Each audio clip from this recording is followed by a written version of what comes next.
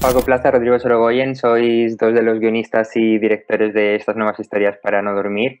Bueno, lo primero que me gustaría preguntaros es ¿por qué se decidió hacer los remakes de las originales y no a otras historias totalmente originales?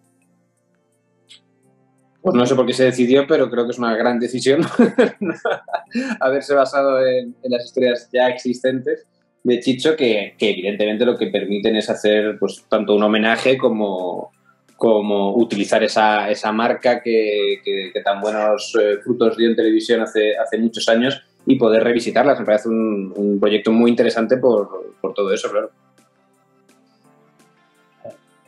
¿Cómo se os ocurrió a cada uno de vosotros la vuelta de tuerca que le habéis dado a esta nueva historia? ¿Paco? Bueno, en mi caso, básicamente porque quería sacar a Chicho como personaje de ficción.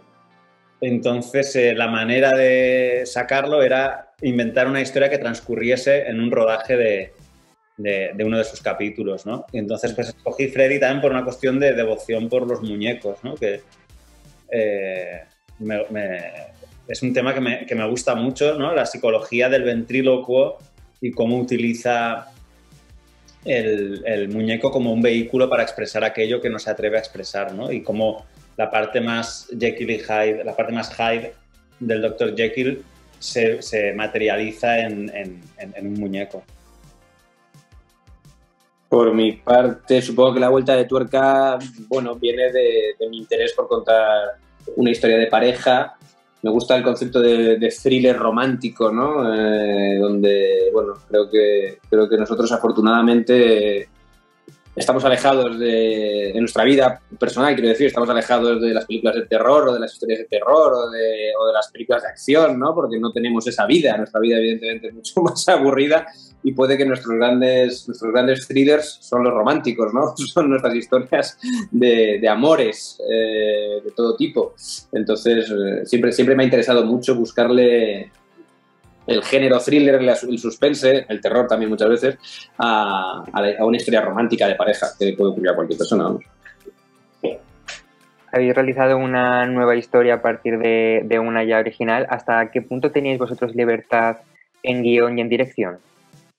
Bueno, para mí era una de las, no sé si requisito es la palabra, pero una de las cosas más atractivas que tenía fue cuando pregunté, ¿pero tenemos libertad total? Y me dijeron, sí, con tal de que te bases en la historia. Y a mí no me hubiera interesado coger una historia ya existente y hacerla con otros actores, simplemente, para nada. Lo que me gustaba era poder partir de una raíz o de una génesis muy interesante, por lo menos desde mi punto de vista, con el doble, y poder contar tanto lo que yo quería como de la manera que yo quería o me interesaba.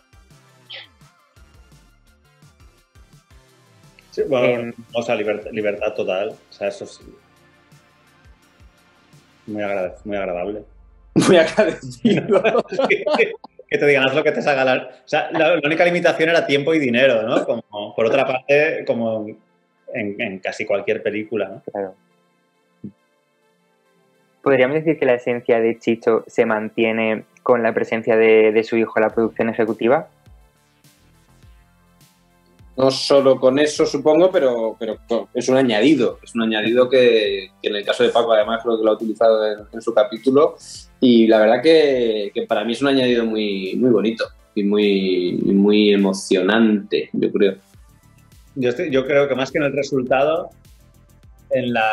como dice Rodrigo, ¿no? En lo emocional del proyecto, ¿no? El sentir que estás colaborando con alguien que está haciendo un homenaje a su padre, al legado de su padre, ¿no? Eso, pues, yo creo que tiene una carga emotiva muy interesante.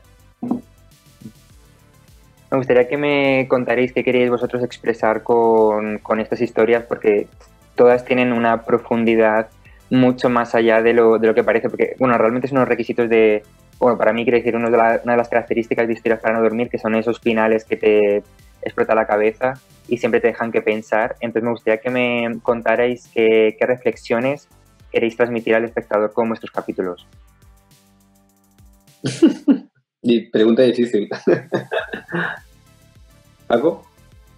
Es muy difícil porque yo creo que si a priori quieres transmitir una gran idea, estás abocado al fracaso, ¿no? Y a caer en lo panfletario y en lo discursivo, ¿no?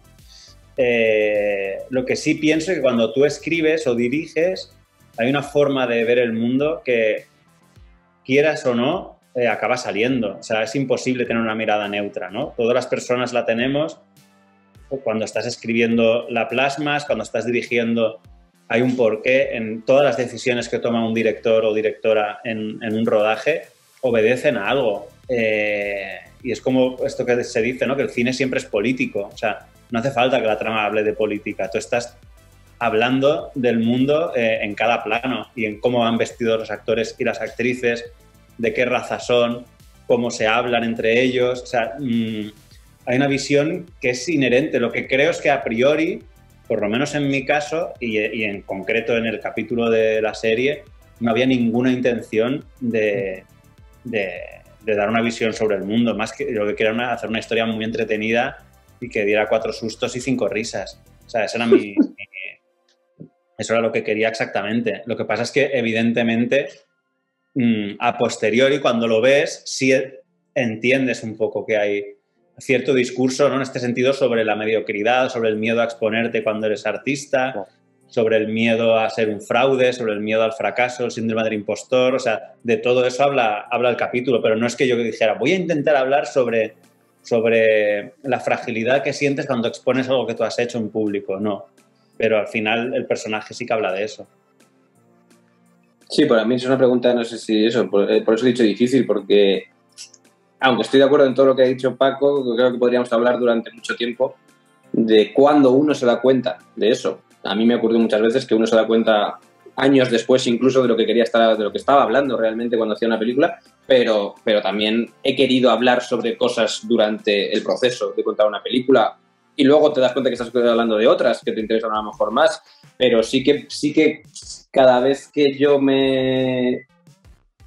por no sé, trabajo así, me dispongo, a contar una historia, sí que me hago la pregunta de qué quiero hablar.